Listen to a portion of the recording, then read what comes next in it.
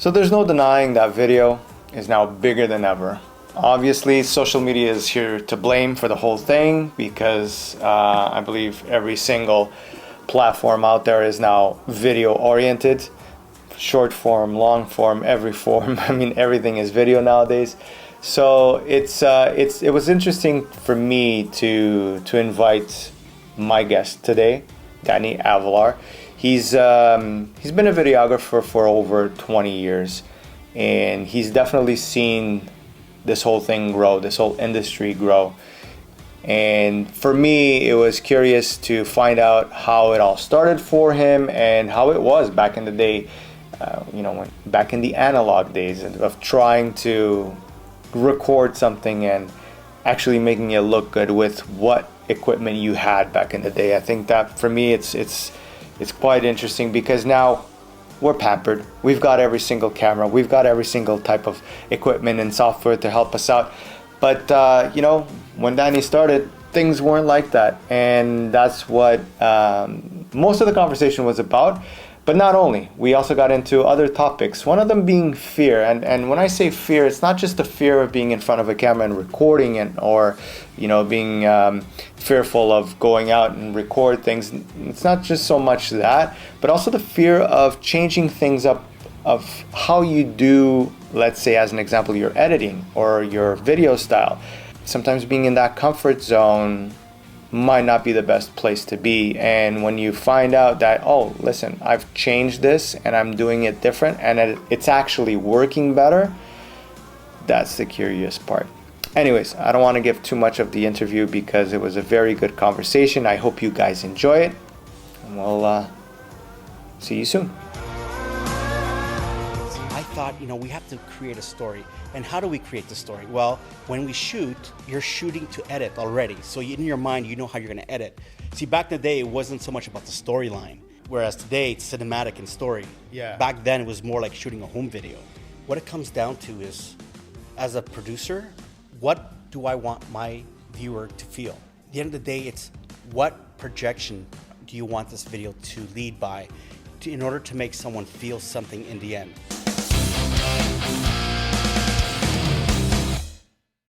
Well, I finally brought him in. This is Danny Avelar, videographer, creative guy. I've known you for way too many years now. Yeah, we're getting old. Well, let's not even say that it's been like 20 years probably. We've gone way back, and I still remember the first time I met you. Oh, wow. I know. I'm that type of guy that, But first, let me say thank you for having me. I know you've been bugging me to be on this thing for so long. We had that little thing called COVID in the middle that, yeah, kind of blocked us off from doing a lot of things. But we're finally here. Yeah, so we're here. And this is what matters. Finally here to share some of my stories. Yeah. And, get to learn a little bit more about you too, right? So, I don't know if you're going to learn about me. I'm going to keep things on the secret side here. Well, we've shared some stuff in the past. I know a little bit. A little bit, yeah. I still remember our first encounter. You were on Dundas above a bakery, it was? Yeah, I was. Yeah. That was the first office of the Creative 7 studio there. It was where I started. It's going to be 20 years this year in May. That's right. So that was a while ago, man. When I say this and I hear myself saying it, it still doesn't make any sense that it's been 20 years. But yeah, it's been 20 years. And a lot has happened since then. And a lot has been kind of still the same, which is kind of interesting. You've matured a lot with your business. You've grown so much bigger now, right? And I've seen you grow.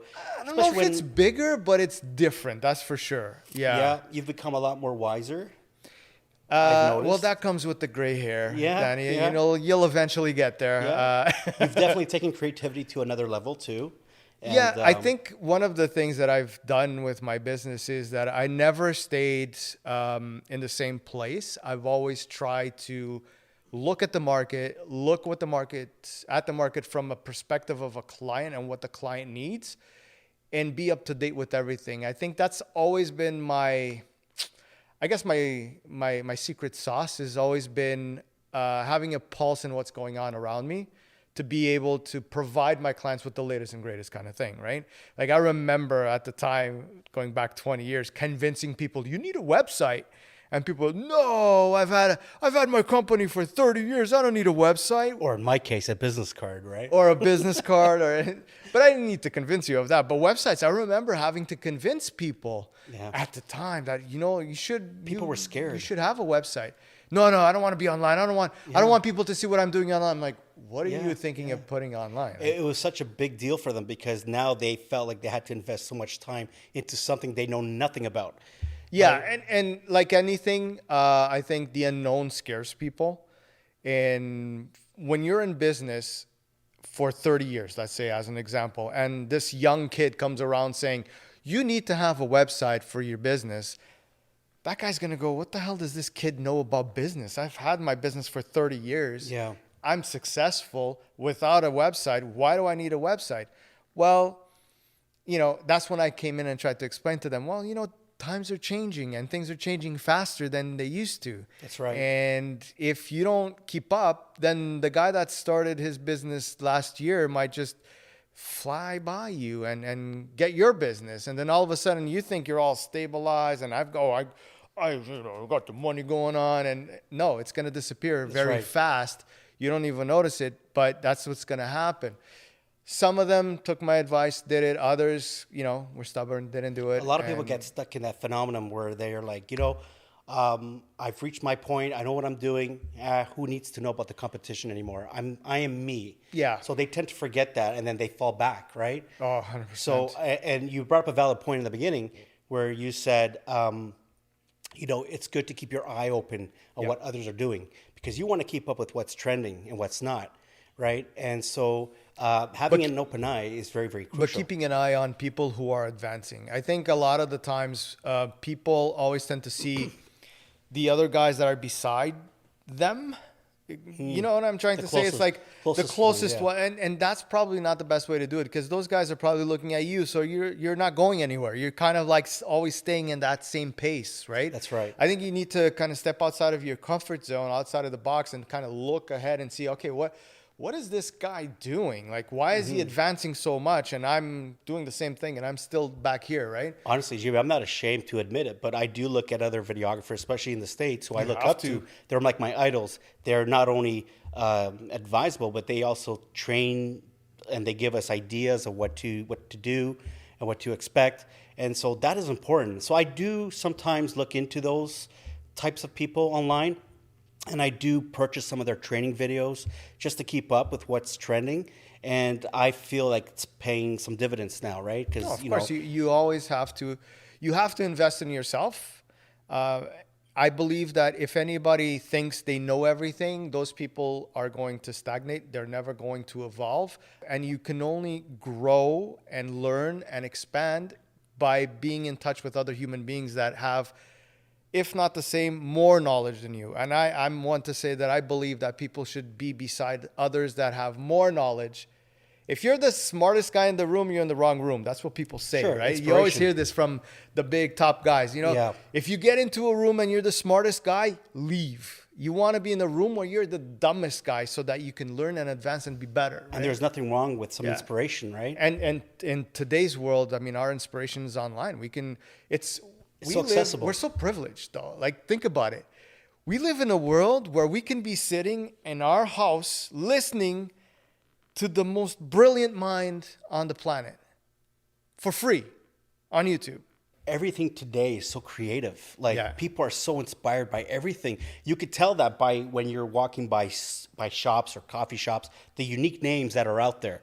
People are thinking outside the box. You would never imagine this many years ago. Dude, I laugh my head off with some of the TikToks I see, and how did they come up with this? Like, it's so creative, right? It really Such creative stuff. It's like, and a lot of them are done by people that's not even their job. They're not videographers or creative people, but they're creative in their own way. And it's amazing to see that now. It's interesting that you bring that up because just recently I received an email from a company. It's a new thing now. And they're called content creators. And what they do is they go out on wedding sites and they shoot wedding material for the client's social media outlets.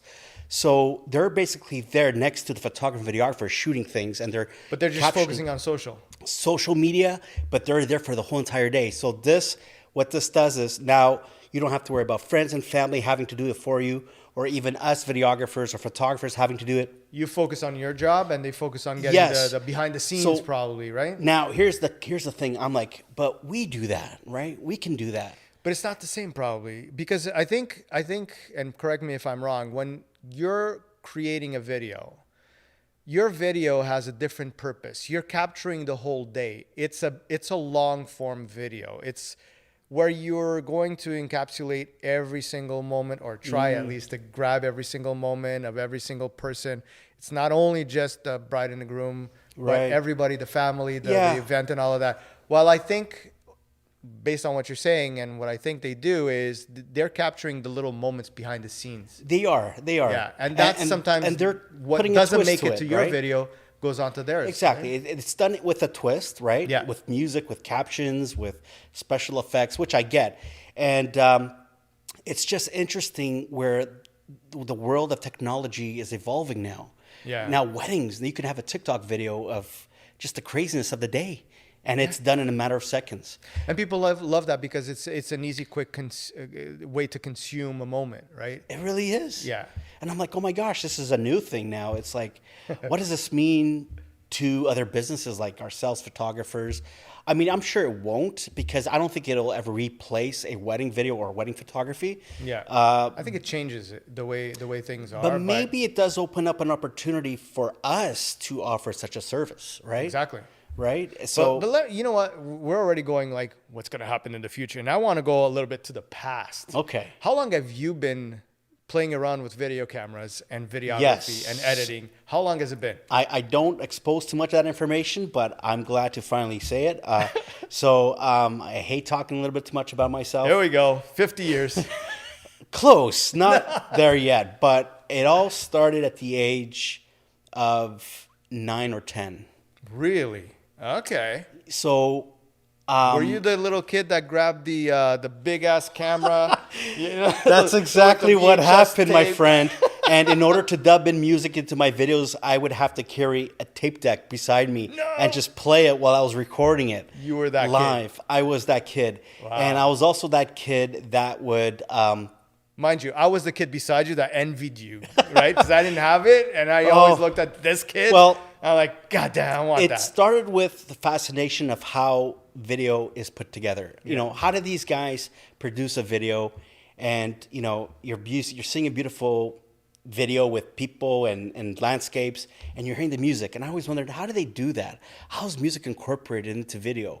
So I didn't know any better. So I tried to emulate it. And so, it's funny because these are like, we now look at that question as, oh, come on, that's like a basic thing. But for an 8-year-old back then was something not many people knew much unless you were in the field. Of course. And for all the youngsters out there going, wow, what do you mean? That's so simple. Well, back then, it wasn't that simple. No. Like, I'm even trying to think about how you did it with tapes, how you were able to do that. Well, obviously you still hear some of the background music. You hear cars going by and people talking. Yeah. But I didn't know how to insert sound, so I would just have the radio next to the camera and just play the music. So I went to Portugal. Hacking the system. And we went to, I remember it was a town of Cidade in São Miguel. Yeah. And they have beautiful landscapes and beautiful hydrangeas and roads and all that. So I decided to do a little nature's video. And so I wanted to play some music. So I remember playing some songs in the background. And I made sure, and I actually got my dad involved. And I said, Dad, can you hold the tape deck next to the camera while I videotape it? Family's important. Yes, and he turned out to be an amazing assistant. So for that point in time, so it just worked out so well, because then when we played it back, my dad enjoyed watching it. He's like, this is great. So as time progressed, I wanted to learn more about video, how it's put together. So I started, reading books, because back then the internet wasn't quite there yet, or if it was, I couldn't afford it. So there was no cell phone, so things had to be done physically and manually, like through libraries and stuff. We're aging ourselves here, Danny. I don't know if you've noticed that. I'm a dinosaur, man. I'm a dinosaur. But I'm glad to say that even though I'm a dinosaur, I'm adapting, right? But listen. I think that our generation is the generation that can understand technology the best because we lived without any fucking technology up until today, right? right. So we survived. We survived all of those years with nothing. That's right. With hacking the system with tapes. That's right. And figuring things out because there was nothing, literally. That's right. From a hardware standpoint, software. What software? What are you talking about? There's no software here. Analog. It was all hardware. And then from a knowledge perspective, it's what you're saying. If you wanted to learn anything, you had two options. Either you would go and speak to a professional that was doing it at the time. That's right. Or you would have to hit the library. Which I did. Which you did. I spoke to a professional. So I was an usher at a wedding. This is where it all started to evolve. I was an usher at a wedding, and my cousin hired a wedding videographer. So back in the day, these guys carried big-ass cameras, man. They go on your shoulder. And there was like a big cable going to a tape deck. So I thought the guy was doing pretty much what I was doing, recording sound directly to the camera. That wasn't the case. So that cord was going to a tape deck, but what it was doing was recording sound to the tape deck. Yeah. And then he would have to sync that up in analog, right? So it's fascinating how technology's changed, right? So I watched him do his thing. And so I didn't ask any questions, but I watched him carefully. I saw him, back in the day, wedding videos were kind of lame and cheesy, you stand there, you have the bride and the groom pose, or you have the groom handshake all the groomsmen, and the bride hand out all the bridesmaids flowers. Everything wasn't fake at all. No. I don't know if you had a wedding video. But I do have a wedding video that I have to find it. It's somewhere. I don't even know where it is. But did you have to do any of that acting Of stuff? course we did. Where the groom gets realizes the time, has to run away from the car. And then it's like, oh, let's go. Times have changed. Fun times. We were doing that kind of stuff. I didn't know any better. So I learned a little bit about what I had to do. And I started to shoot wedding videos, and I started working for another studio. Mm-hmm. And so what happens is they showed me the rounds, and I was fascinated with that as well, and how it was all done. Mind you, it was kind of cheesy back then, but it was what was in, and people were paying for it, so why not? So, but hold on, it was cheesy, but there was no other options. Like that was it. That's what you had. Actually, the videos back then. We say it's cheesy now, looking back. Yeah. But back in the day, that's all you had. What other options did you have? We didn't have any other options. We didn't know any better. See, back in the day, it wasn't so much about the storyline. Yeah. Whereas today, it's cinematic and story. Yeah. Back then, it was more like shooting a home video. Yeah. So you had to capture. It almost felt like a news story. So everything had to be reported the way it happened and edited the way it happened. Whereas today, everything is captured the way it happens in chronological order. But then when you edit, you kind of give it that time shift appeal, which changes the momentum of the video, and it creates an appeal, an interest, a bit of suspense. And it adds flavor. The only difference is back then, the videos were 2 hours. Today's videos, on average, is about 15 minutes. Really? So an edited video, yeah. So and people are willing to pay for that. That actually shows you the attention span of people, how much it decreased. People before, they used to sit down on their living room, get the whole family, get a couple of, cervezas and all that vinho verde. And here we go. We're going to sit down for 2 hours, watch ourselves on video. But it was a thing. And nowadays it's more like, okay, we want to capture everything, but let's make it in 15 minutes, exactly. And to make the story short, what happens is I went to school. I went to elementary school. I participated in the video program, and I became the head. This was in high school? Or in elementary school. Elementary. So our school had plays and theater and all that. Gotcha. So I was in charge of videotaping, making sure I hired the 3 guys to videotape with me, and we were multicam switching through cables, BNC cable, and all that stuff. And then in high school, I participated again in theater as well as school production, and I did a lot of the video production. And then it is what I wanted to do. I was still working as a freelancer for other studios on the side. And then I decided to do broadcasting. I went to college and university, a joint program, and I learned a little bit about broadcasting, as well as radio and television and film.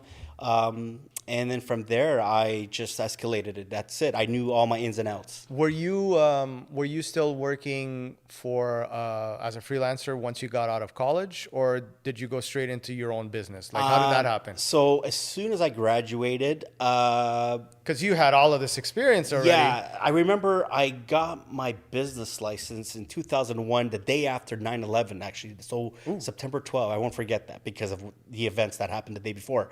So I remember I got that. So I was sort of doing both, independent and freelance. But then after the 12th, I just decided things just gradually started to go independently. So It's that moment, right? I think everybody that starts a business kind of gets to that point where you have a foot in, a foot out. Yeah. And then you have to make that decision. Am I going to put both my feet on Yeah. this side of the equation? Exactly. Yeah. Jamie, like it wasn't easy No, to it's obtain the equipment that I have today. My dad helped, my parents helped, Yeah. right? And but at the same time, I was working at a grocery store. Yeah. I have no shame in that. I mean, nothing wrong with that. No shame at all. I mean, you got to do have what you to got to start do. somewhere, right? Bills have to be paid. So, Yeah. And I was also working at City TV and Omni because in college we did an internship, and I got into City, and then from City I was able to then get a videographer's position at Omni, where I did a lot of community diversity programming. Yeah. And while you were there, then were you doing the wedding scene? Weddings on the were still weekend? there, but then once I finished, I think I finished broadcasting. I think I finished in 2006, and then from there is where I started to go full-time weddings. And then But hold on. What made you go into weddings? Because you had a choice. You could have gone in commercial I as think well. it was just that childhood dream of wondering. That's where you started. That's like where I saw that man videotape, and I was just inspired. Sometimes that's all it takes is something, a person or an object that sparks, and you're like, my gosh, I always wondered. Now I know what it's like. You're inspired. And it's right? interesting. You know, throughout the years, I've been fortunate enough to see your video style and the way you edit things and the way you story tell the day of a wedding. And it's very interesting to see how your brain works, because you really dissect that day in your own little way. Yeah. And you do storytell. And you just, you know, a little while ago, you mentioned how nowadays the storyline is built a little bit different than back in the day, where it was very, this is how it started, this is how it ended. But you now mix a lot of different styles. Tell me a little bit about like the evolution of your editing skills from that beginning point to now, because honest to God, man, and this is not because we're friends, but I see some of your videos that, you know, some of the little clips you put on your social, and we'll put all the links below so you guys can check that out. But they're pretty fucking amazing, Thanks, dude. man. Like they're cinematic. Yeah. It's like I'm watching a Marvel movie. Yeah. Like, you know, what got you all the way to this point? That's a very good question. So what it comes down to is, as a producer, what do I want my viewer to feel? At the end of the day, it's what projection do you want this video to lead by in order to make someone feel something in the end. Emotion is one thing, but you know, telling a story is also a different thing. So what inspired me to change my editing style was the fact that, number one, we're trending a different direction. Plus, back in the day, those videos were getting boring. It was always repetitive. So how do we break this tradition? I always wanted to do it, but I was afraid to do it because I was afraid I was going to be judged for doing something that no one really wants. But why would you be afraid of? Because back in the day, no one was doing this type of edit where it's called time shift, where you break the scenes of the day and you mix it up in the edit. Back in the day, it was all about telling and keeping it as is, right? And so I was afraid to break that tradition. I just never did it, but it was there. Clearly, it's become a thing now, but that was already in my mind. I was afraid to move ahead, and I blame myself because I should have been myself and I should have gone ahead with what I felt. And this was something that was already in my mind back in 2003. But this evolution of new type of editing took it to effect really 2009, or actually no, 2006. Yeah. And one of the big videographers in the community that are no longer here, that really opened the path to this type of editing, they were called Still Motion. Dude, they're amazing. Now they've gotten away from the wedding scene. They're now doing corporate work. They're located in Portland in the US. And Patrick was one of the founders of Still Motion, and they taught me a lot. And he broke this tradition. And since 2006, the evolution has changed. Now a lot of people are all doing the same thing. Now it's time to start thinking outside the box again. And that's where I'm at. But what really changed it was, how do you want that person to feel something? And so when I watch these videos, I'm like, it's the same thing. It's the same thing. So now when we shoot, I thought, we have to create a story. And how do we create the story? Well, when we shoot, you're shooting to edit already. So in your mind, you know how you're going to edit. So you want to tell a story. And what makes up a story? Well, it's the little moments of the day, such as, for example, the bride getting ready, the bride reading a little love letter. And the cool thing about the love letters, they're amazing because you can fit that anywhere in the video edit. Do you have to kind of force those scenes onto them with ideas or suggestions? Or is it more based on what's happening already? Yeah, so we offer a questionnaire to know more about what they're looking for. Smart. And so they'll check off, we want love letter, or they'll say, we don't want the love letter. And they'll tell us we want more of a chronological style edit, or we want a time shift edit. Okay. 99% of the time, it's time shift, or they'll leave it up to us because they've seen our samples, so they know what they want. They know what they're going to get. So it was all about telling a story. And so capturing moments such as reading the love letter, the bride saying her I do's, the bride walking down the aisle, the groom's Adam's apple just gulping up and down as he sees his bride walk down the aisle. Those regretting the whole thing. No, I'm just joking. See, I'm already painting a picture in your mind. Yeah. These little details, they evoke emotion. So if I can capture these little moments, the question now is, how do I tell a story with emotion? And that's where it comes in. Now you grab the cinematic music, you grab all these little moments and you tie them together, buddy, and man, you're dishing it out. No, and it's amazing. And the end result is really what you're saying. It has to become like one of those emotional stories because you want it to create, the little tingling sensations. Exactly. And that's what I tell couples these days. Yeah. Don't just hire me because, number one, price, or number two, you're forced to get a wedding video, but you're doing it because there's a side of me that I get that. I get the whole pricing thing. I get it. Some people are in a budget. Not everybody can just go, oh, whatever. I get that. Yeah. But it sucks, doesn't it? Well, I always tell people, if you're going to think of this as an investment, because as of today, it's probably worth nothing because we're so used to seeing videos on TikTok, Instagram. It means nothing. Video's video, buddy. Now, listen, in 50 years from now, what are you left with? Yeah. Right? So now in 50 years, you're going to look back at a cinematic video and you're going to be like, oh my God, those are the exact words I said. I can't believe I said those. Yeah. Or the wife will always tell the husband, you're not that way anymore. Look at those nice words you said about me on that love letter, right? So it brings up a lot of emotional value, and that is a big investment. Yeah. And at the end of the day, what that does is, like you're talking about the goosebumps, essentially that's the investment. If we can create and give you goosebumps, that is your best investment, because at the end of the day, it's not so much about the money, but how we make you feel in the end, right? Yeah. So yeah, there's so many videographers out there. There's so many photographers out there. But realistically, like, each has their own style, but there's a way to tell a story. So let me just interrupt this conversation for 2 seconds to say thank you to the guys that have been supporting us here at the Creative Spin podcast. Café Brasiliano. This is the space we're at.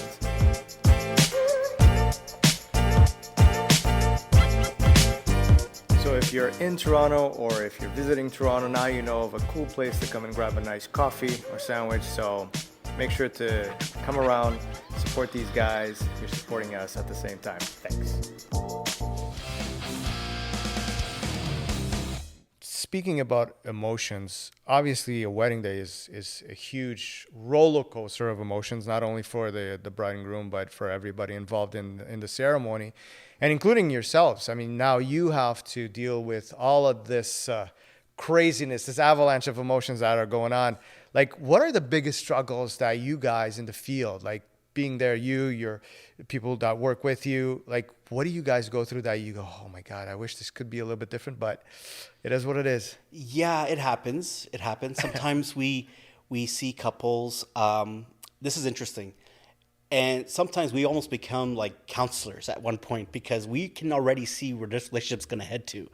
So there's been cases where sometimes we're shooting and we're doing the vows, and you can tell if a couple's really, really in love. Or maybe it's just me, but so far I'm 2 for 2. So there are times where, you do your vows and, the couples are just not looking at each other, man. They're just like blabbing what the priest is saying. They're just repeating it. And the connection between the eyes is not really there. You already know more or less the love probably isn't as strong. And sometimes me and the photographer will be like, I don't know, man. This couple, I don't know. Talk to your photographer and videographer for yes, no, yes. Let us be your counselor. We can forecast Let's your leave wedding. that for the professionals, Danny. Let's leave that. Yeah. So and sometimes you just see things throughout the day. You're just like questioning yourself, like really. So, but I mean, it happens, and these little moments like that, by just looking within the interactions with the couple, you can almost forecast. What would be the one thing you would tell a couple that is listening to this, that is getting married? Don't do this to your videographer or photographer. Like something that it might not be a big thing for most people, but it actually either gets in your creative way or... we got one. Okay, go for it. All right. So when you hire a photographer and a videographer, make sure you feed them. Food, people. Food is the answer, because without food, our brain cells cannot function, which means we cannot be creative. So we need to maintain creativity. But food is a big thing. So we've been to weddings sometimes, and we have this in our contract now where we have to get fed after 8 hours, right? Yeah. Makes total sense. I don't know why people don't. Sometimes, they forget, or they just feel like we're getting paid enough to do the job. We can manage without food. Yeah. But get your videographer to carry another bag full of food during the whole day. Food is important, man. Like, come on. So, honestly, really, what it comes down to, everything seems to fall into place. This is so funny. I was expecting like a whole like technical aspect. No, because don't be stepping in front of the angle of the if the sun. It's food. Jamie, people. There is a technical part to this. Okay, so food is one thing.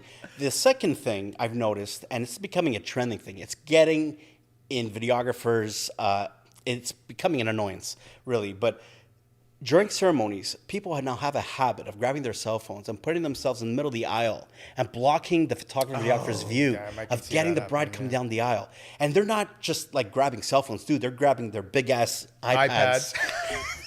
So what are we forced to do? Well, what we do is we turn the camera, we zoom into the iPad, and we use that as our main focus point. There you go. Always adapting to everything. You got to think quick, man, because if you ain't got the shot, you got to find it somewhere. So, okay, but now, let's not talk about all the negative stuff all the time. It's not so bad. I want you to kind of go back into your files there and bring up one of the nicest moments you've had throughout your career in one of these weddings. One of those little things that happened that you go, man, this was so nice. Doesn't need to necessarily have been directed to you, but something that you saw the bride do or the groom or something. There is, because we are shooting a momentous moment in life. Yeah. And in weddings, there's a lot of things happening. But one that really stands out, that makes me think, reflect so much about family, is when you have a bride dancing with her father and she's reminiscing about her mom who's passed away. Oof. So that puts perspective into life. So as a videographer, you're filming these things, right? Yeah. And you realize how precious life is and how lucky we are to have what we have. Yeah. So I look at these small moments and I realize, my God, I'm very lucky to have what I have. And so that puts things in perspective. And I'm not going to lie. As a videographer, I get teary-eyed. And so when I'm shooting, I'm there. I got tears coming down my eyes sometimes, because you can almost relate. It's emotional. It's raw emotion, right? And so I would say those moments, those type of intimate moments, when you know there are circumstances in the background happening and you're realizing how precious life is. Yeah, that's quite something, to be a part of that moment that is really not yours to be a part of, but you're there. You're there. And you're capturing it. Yeah. Which is kind of even crazier. That, like, now that you're saying that, I'm thinking about it. It's like, not only are you present in that moment with that person that, you know, as a client, it's such a personal moment. You get and to you're know, there. Yeah, and you know the bride and groom's history. You know what's going on in the background. They tell you the story. Oh, my mom's not here. My dad's not here. You know, and so when the bride's walking up with her dad, you know mom's not here. You're feeling it, man. Like, you're like, wow, man, that sucks. Sure. But geez, you know, that's life. So after all of these years, it's still something that you like doing? Yes, because I like making stories. I like making movies that tell the story, that make people feel something in the end. It's not just a visual representation of what I can do. It's more making that person feel something in the end, because that's the power I have. Yeah. You know, if I was a superhero, I can make you feel something. That's it, right? You know, I had one of the questions I had here was to ask you what you liked most of the process. Was it taping the wedding and like the videography part, or was it the editing part? Yeah. But you said something a little while ago that as you're recording, you're editing in your head. You're editing your head, yes.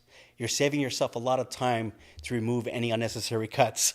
But so was this something that you always had, or is it something that you've learned through experience? I learned through experience, and I actually learned that through college. You know, they say, you know, save yourself a lot of time, save yourself a lot of memory space.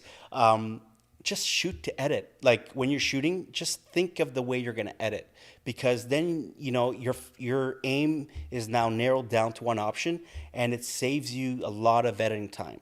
So the question now is whether I like to shoot or edit. That's a good question. I love waking up early in the mornings and heading over to weddings and having to be up on my feet for 15 hours straight. With food, a little bit of irony here. With food. Okay, with food. As long as he's got food, he's good, people. With food. Because it ain't happening 15 hours without no food. But 15 hours of shooting, that's all great. Now, you know, as I'm getting older, my knees are getting a little stiffer. Things, you know, it's getting... Oh, trust me, I know. It's getting exactly tough. What you're talking about. If I had to pick between the two, which one I love doing the most, I would say editing. Really? It's my forte. And now let's geek out a little bit, because you know, I'm a little bit of a geek when it comes to software and all that. Just a quick little thing here. What are you using now? Is it still Final Cut? I was, but Final Cut then stopped making Final Cut 7. They then switched over to Final Cut 10. Now it's 10, yeah? It's 10. They've kept 10 for the longest time. But they kind of went with a linear style of edit, of timeline. I didn't want to learn that concept, so I went back to my roots what I first originally learned. It was Adobe Premiere. So you're in Premiere. I am. Oh damn! I'll thought tell you were you gonna why. say DaVinci, because everybody's gone to DaVinci's huge right now. Yes, DaVinci's up there, but I really don't. I honestly thought you were gonna say that. Well, it's great for color. Yeah, it's great for color coloring, correcting, right? I mean, they're all good for coloring. Let's just be honest. If you know how to work with any one of these three programs, you'll get it done. You'll get the job done, right? And listen, I'm a Final Cut guy.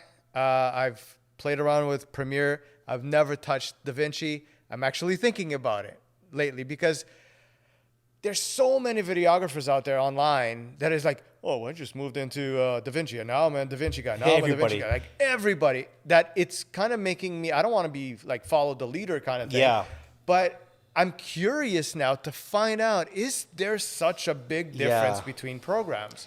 Well, probably not, but you do get more, like I heard, they're great for color. You'll have more flexibility with DaVinci. I've tried it once because they do have a free demo. Yeah, you they can have try the free. It's not a trial. It's actually a free. Is it free? Oh, yeah. Complete free. Okay, that's amazing. Well, one of the options is free, and then if you want some little extra stuff, you have to pay, but it's a one-time fee. I just couldn't get into it, man. I'm so used to Adobe, and I'll tell you why. Because Adobe is so well known. There's like, if you want to buy filters or you want to buy any third-party plugins, you're going to see Adobe out there, right? Yeah, but you know what? Honestly, you're right. Adobe might have, I don't know anymore if they're still at the top, because there's been so many people coming out. There is now a lot of that stuff for Final Cut and for DaVinci. Like, it's kind of like grown to that point. My question to you is it true the whole like Premiere crashing a million times a day? Man, it Or did have happen. you tamed it? I did tame it. I got a new system. I upgraded my Mac systems because we use Mac systems. Yeah. Apple products. Sponsors of this show, I wish. Yeah, no kidding. Take this But to a if whole you're new level. listening, Right. So I updated the Mac systems, and I did get because every year, man, you're paying $350 for a subscription with Adobe. Mm-hmm. So Creative Cloud. So since I've upgraded, it hasn't been crashing as much. Okay. No, I'm just so used to the format, the layout of the timeline. You know, stacking It's up the tough, layers. man. As a professional, when you're working, time is money, and when you know where to go, Yeah. when you're editing something and you know, okay, I can get the filter here, I Yeah. can do this here, I can do that Yeah. there. It's just go, go, go. It just Yeah. makes it a lot easier, man. On top of that all, when we do same day edits at weddings, my on-site remote editor, he edits with Adobe Premiere. Okay. So because the majority of my editors work with Adobe Premiere, it just made sense to keep up with You it. know, it's funny you're saying that because I got into Final Cut because one of my main videographers a few years ago, Yeah. Colin, he was into Final Cut Pro. Yeah. And he's like, oh, you know, I use this. And I have the iCloud. So I'm like, I Right. mean, the Adobe suite. And I'm like, but I have Premiere. I know. So I actually got Final Cut because of him. And then I got used to it. Right. Right. And now I'm on that side where I'm used to using it. You got to come to our side, Jamie. Come to us. I don't know. I still use Premiere for Yeah. some things, like for Well, captions, as an example. Yes. Final Cut doesn't have that. Like, hello, Yes. people. On top of it all, for special effects, we use Adobe After Effects too. So the two work jointly well together. Yeah. So when we do like commercial work or whatever, we're combining After Effects with Adobe Premiere. It just makes the transition a lot easier and smoother. Yeah. So that's another thing, right? So I wouldn't want to go to DaVinci and then have to learn how to work with whatever After Effect program they have. You know what? I sometimes talk to the younger people because now I'm old and wise, and I tell them one thing, and I don't know if you're of the same opinion. If you're working with a program and it works for you and you're used to it, stop jumping around. Exactly. I think it's honest, unless there's a huge difference in the software that you will drastically gain hours of work. Exactly. And it's much, much easier. Okay, then that's a different story. But I don't think when you compare all of these three main programs that we see for Right. editing, I don't think there's that big a difference. No. You're getting a little bit more for color on this guy, for this on that guy. Like, it doesn't justify It doesn't spending matter the who you time go with, again. because in the day, each of these They do the programs, same thing. They're going to do the same thing. If not, one's going to do better than the other. Eventually, they're going to overlap each other. And at so at the end of the day, it's the story. it's the story that matters.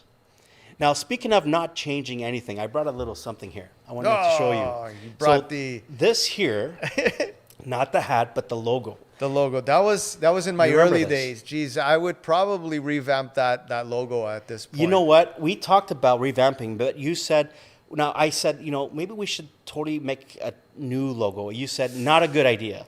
Because you mentioned It depends. We can sit Coca-Cola down. never changed their logo. If you notice, they've never changed their logo. Who? Coca-Cola. Yeah. Well, You brought up that example. they And I- changed it slightly, but not drastically. Right. And I said, well, okay, so what can we do? Yeah, that was in my early days. That was when we first met. We started yes. playing around. The interesting thing, what I love about this logo is it's round. It fits perfectly in social media because a lot of social media Right. are round. They have round avatars, so you can insert these babies. I think my train of thought with that one was I wanted to incorporate the aperture with an eye, with the Yes, vision and all of yes. that kind of thing, and that's what we went with. Now, the feedback I've been getting regarding this logo is that in nowhere does it say Xpression Video.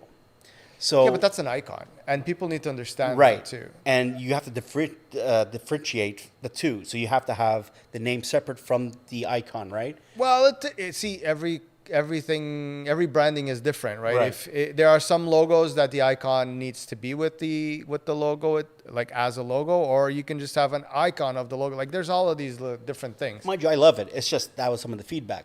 But maybe we will revamp it. I don't know what ideas you have. Maybe some new creative. Probably clean it up. So as a designer as well, 20 years later, I look at that It was and I 20 go, years.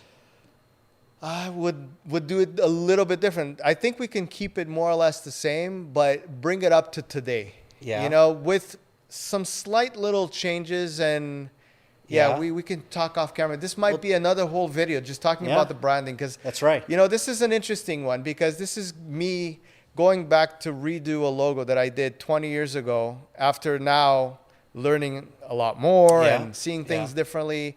And we're in 2023 now. Yeah. So and like I think it'll be interesting. We need to adapt with what's out there nowadays. I actually considered, and a lot of people have asked me this question, would you consider changing your name, your company name? Because you hear a lot of other names like teacups or I don't know. Okay. I think that changing a name, that's for me in terms of branding, that's essentially you're killing your business and you're starting a new one. If that's what you want to do, go ahead with it.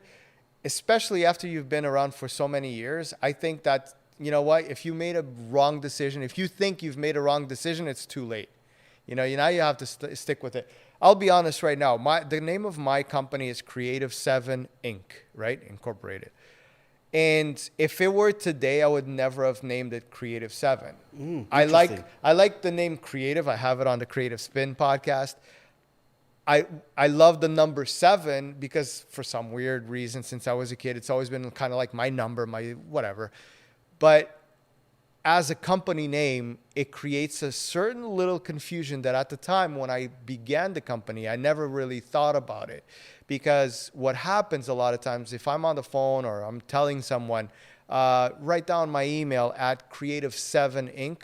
Oh, is it the number 7 or is it spelled 7? Oh, right. There's always that little question. Yes. And I hate questions. And keep this in mind, people. If you're creating a logo, ask your friends, because if there are questions about your logo, stop right there. Stop it right there. It's funny you should say that, actually, because you have the same issue. Yes, you were going to say that. So a lot of times, okay, there's 2 issues here. Number 1, do you do X-rated videos? That's one. Okay, let's rewind because we haven't actually said the name of your company. It's Xpressions Video, right. Xpressions Video Productions Inc. is the actual name. But go. a lot of people go by Xpression Video because that is our domain name.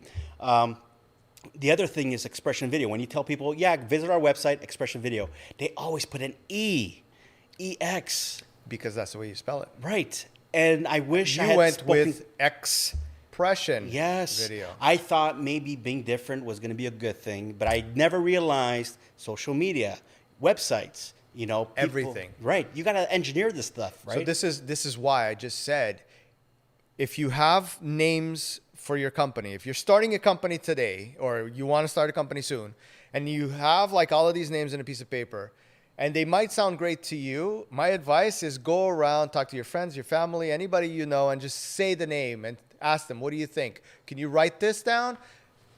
Ask them to actually physically write it down, because you'll see, you'll notice the issues that happen. Yours, they start writing it with an E expression, and then that's not what you're going to find online.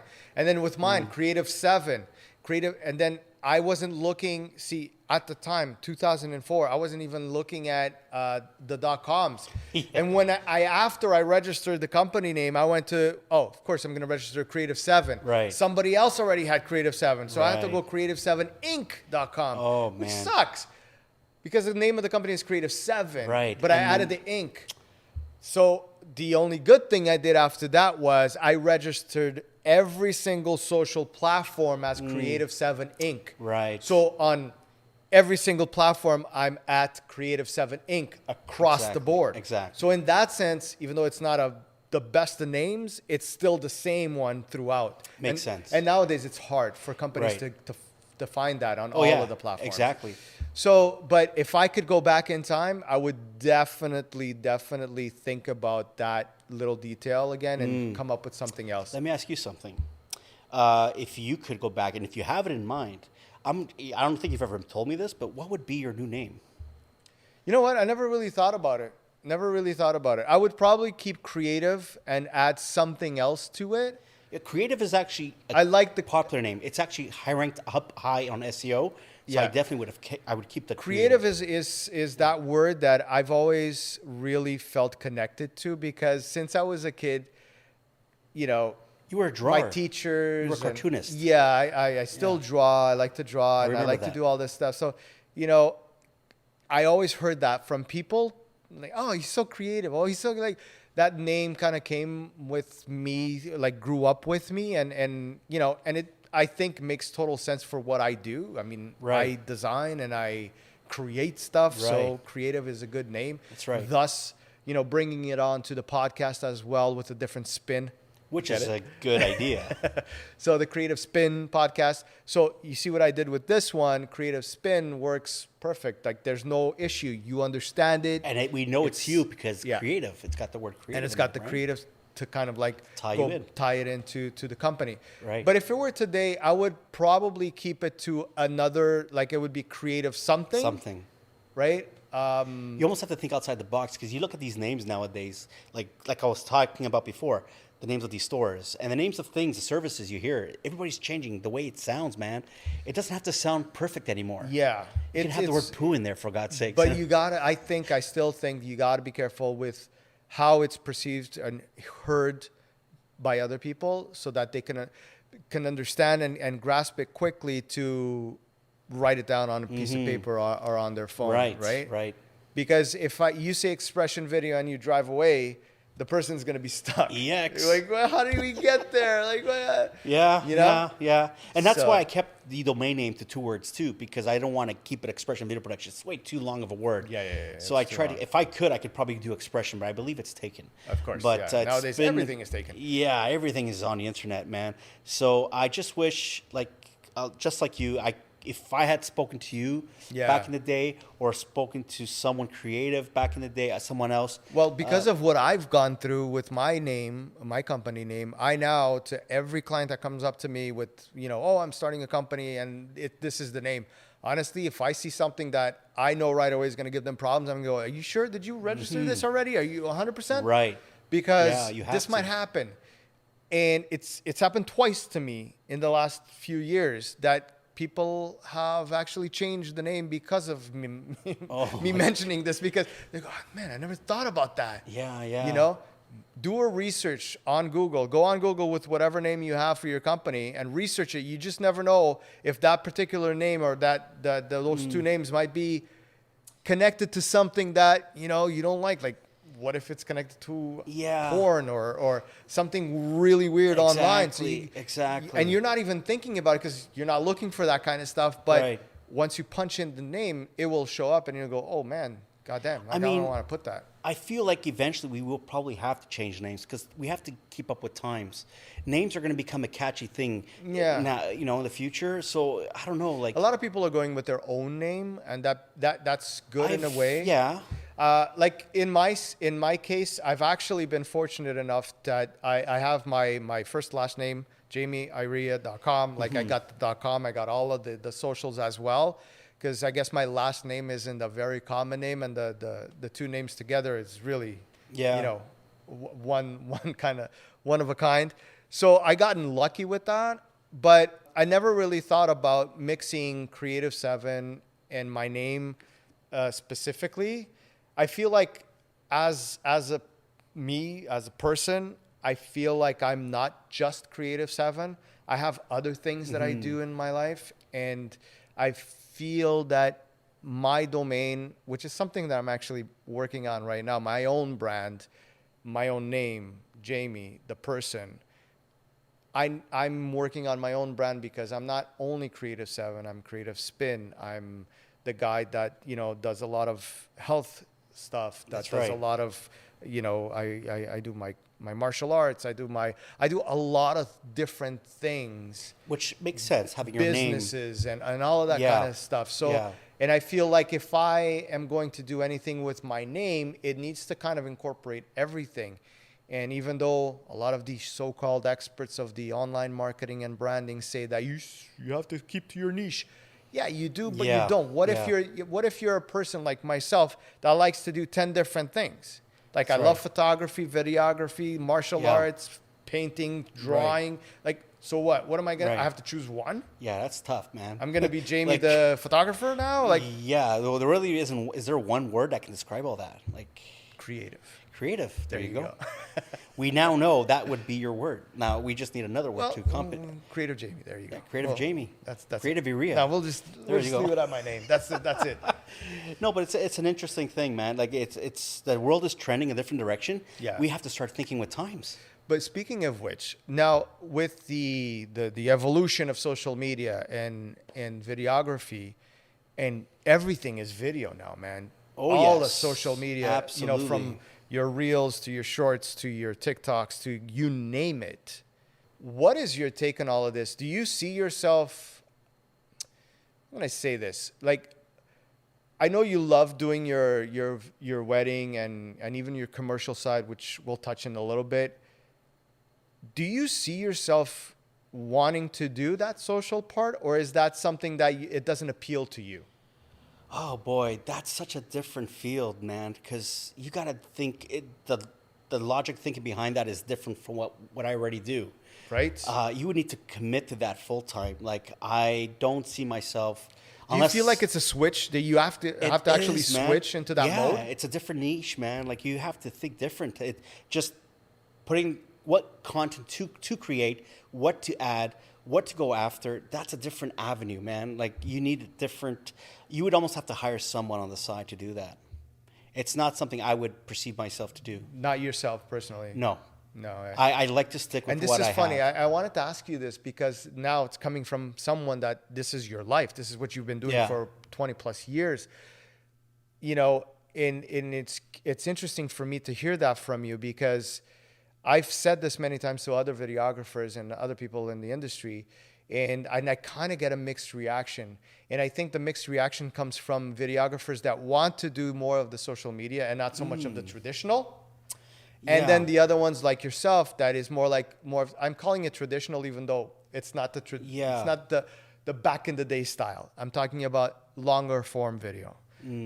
It's what I think it comes down to what people like to do, right? Yeah. Because the guys that tell me, yeah, I love the social media, like boom, boom, boom, doing that. I think that videographer is really someone that is catered for that type of video. Exactly. Right? Yeah, exactly. You got to have it in you to do it. Yeah.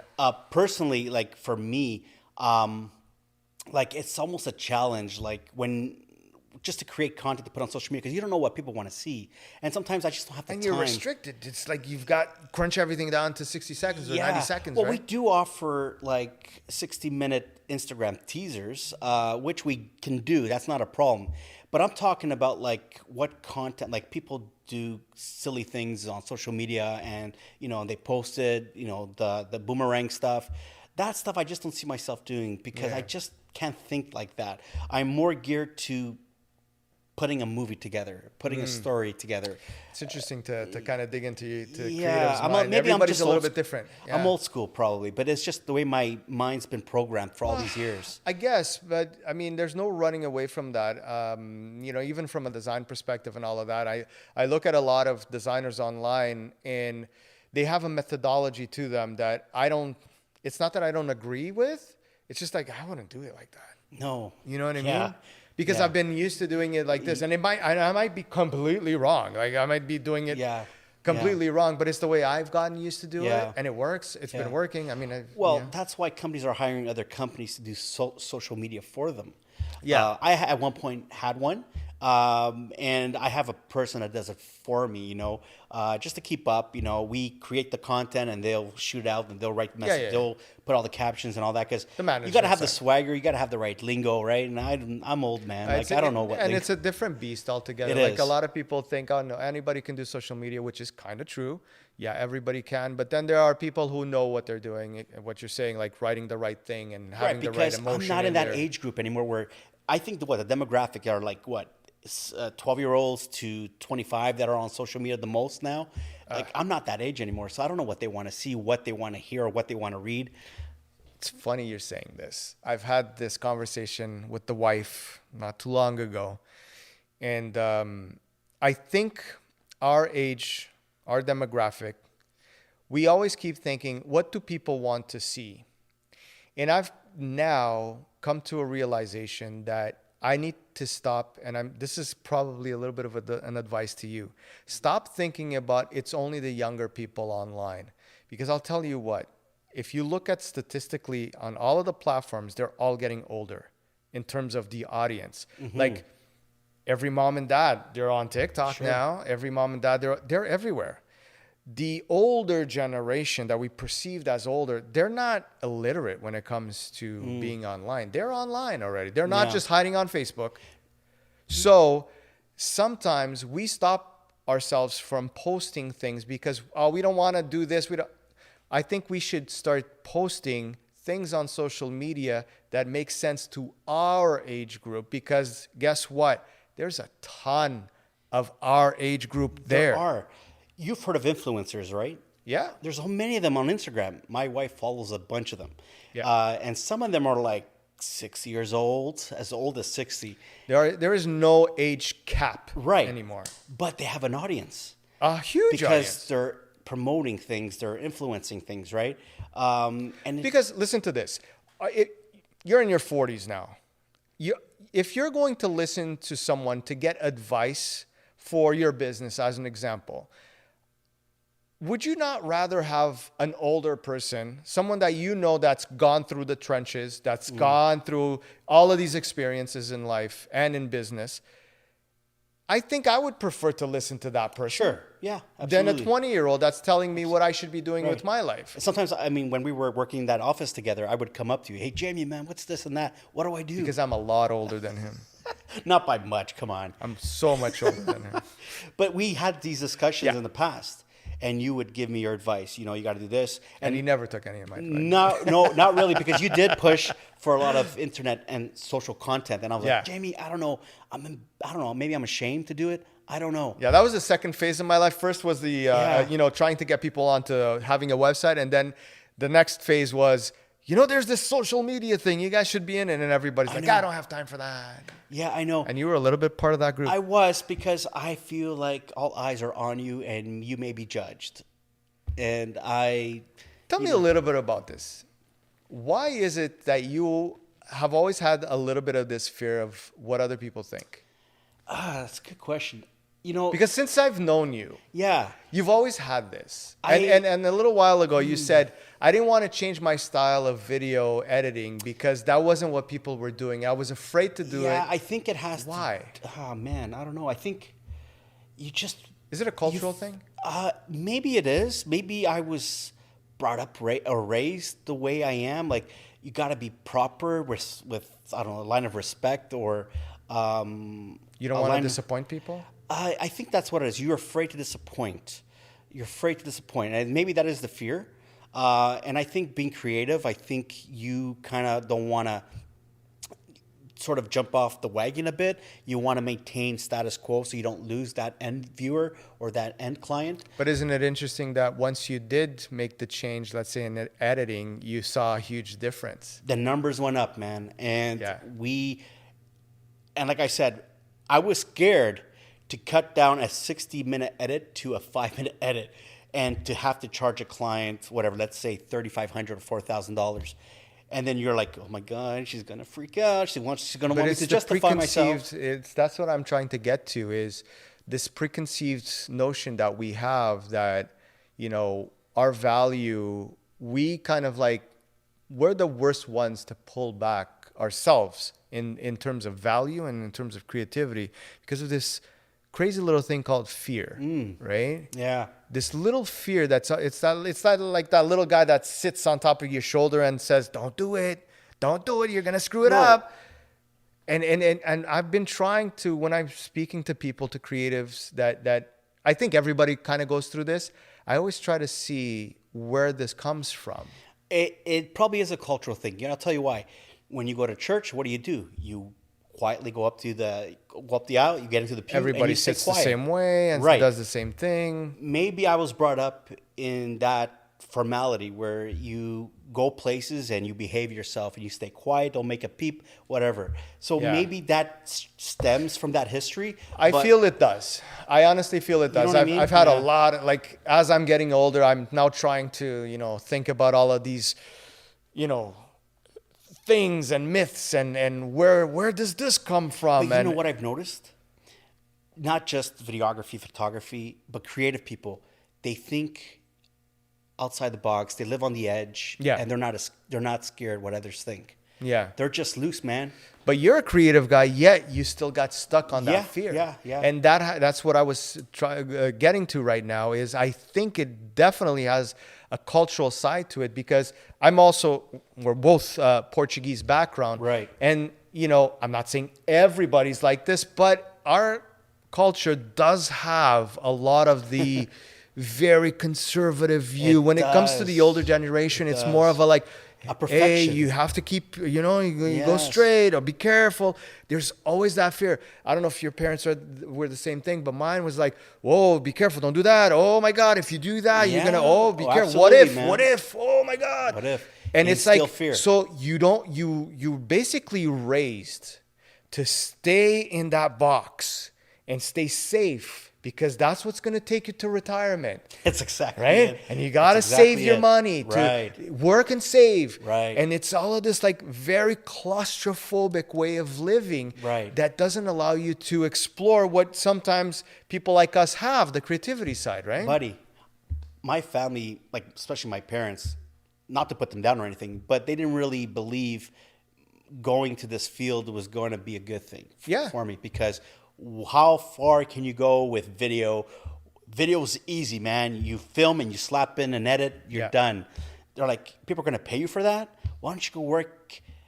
Why don't you go construction, right? Para as terras in Portuguese, how they say it. Vá para as terras or go work in the farms and all farms, that. the factory, you know? But you know what you said, it's an interesting thing you said. You don't want to put them down or blame them. And I don't blame the older generation because you can't blame people for doing or saying something when they don't have any other knowledge to back them up. The thing, because right? unfortunately, back in the day, like from when our parents were growing up, they didn't have the level of education. No. They didn't have the people behind them to help them out, to explain to them how the real world was. Yeah. So how can I blame my parents for were not reserved. telling me what to do if they didn't know? They didn't know. Very reserved. They Exactly. Like my mom, she used to say, why are you always wasting paper, drawing stuff? Why are you drawing all the time? Like, right. While today I'm yelling at my kid, you can draw. Why aren't you drawing all the time? That's you know what I right. mean? That's right. It's such a different thing. I remember right. asking my mom, I was 12, 13, can I go play guitar? I want to go get some lessons. My mom, no. Guitar, that's going to be for rock and roll. You're going to get into drugs? No. And that was it, right? And now I'm like to my kids, what instrument do you want to play? You want to try this? You want to try that? Let's go. Like Absolutely. And in a way, I'm actually thankful. I went from, you know, in my early 20s, 30s to blame them in a way that, shit, man, if they weren't like that, so uptight, I could have been doing this and doing that. Where, you know what? I actually thank them for being that way because they allowed me to grow on my own and to understand who I am. That's exactly how I feel. And to be who I am today. Exactly. And because I've gone through all of that stuff, I now with my kids, and I'm sure you're going to do the same thing with your kids, you are able now to educate them with a different kind of mentality, right? My kid, Abigail, she's 5 years old. She grabs a video camera and a photo camera, and she's already taking pictures and video. Child labor. She does a really good job, man. Child labor. She's really good at it. I'm thinking maybe she's going to be artistic and creative too, right? Well, of course, if they see us doing stuff, they always have the tendency of doing it exactly. themselves. So I love being an artist. Aside from producing videos, I also play music on the side. That's right. I'm a musician. I've been playing music for 34 years.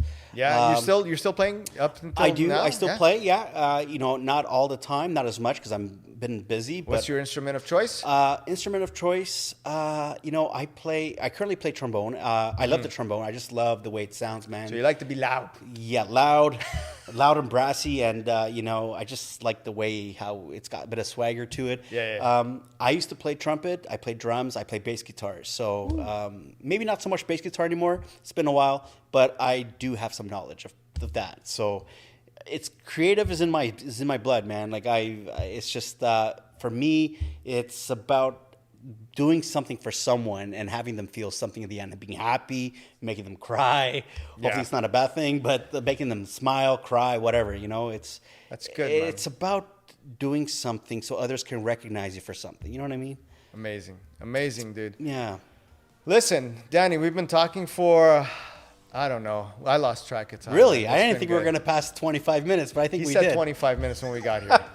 Anyways, so we're going to cut it short now, but I definitely want to do a part 2 with you. Oh my gosh. Yeah, for sure. I think the next time you come in, I'm going to bring you in with another guest. Okay. And, or you know, do like a 3 people or 4 people in here. Sure. To talk about videography, photography, Right. and all of that. I think, you know, it's a field that I like a lot. Right.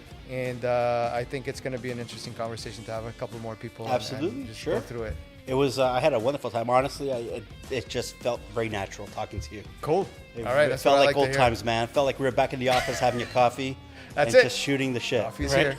here. All right, guys. If you have any questions about videography or anything, really, just put it down in the comments and we'll check it out. And if you want to know anything else more about this guy, we'll leave all of the stuff is going to be under here, all the links and all of the fun things. So Awesome, buddy. Click subscribe. Do all that fun stuff. Send it to your friends, your family, everywhere. Catch you guys on the next one. Thank you. Thanks, Jamie. Thank you.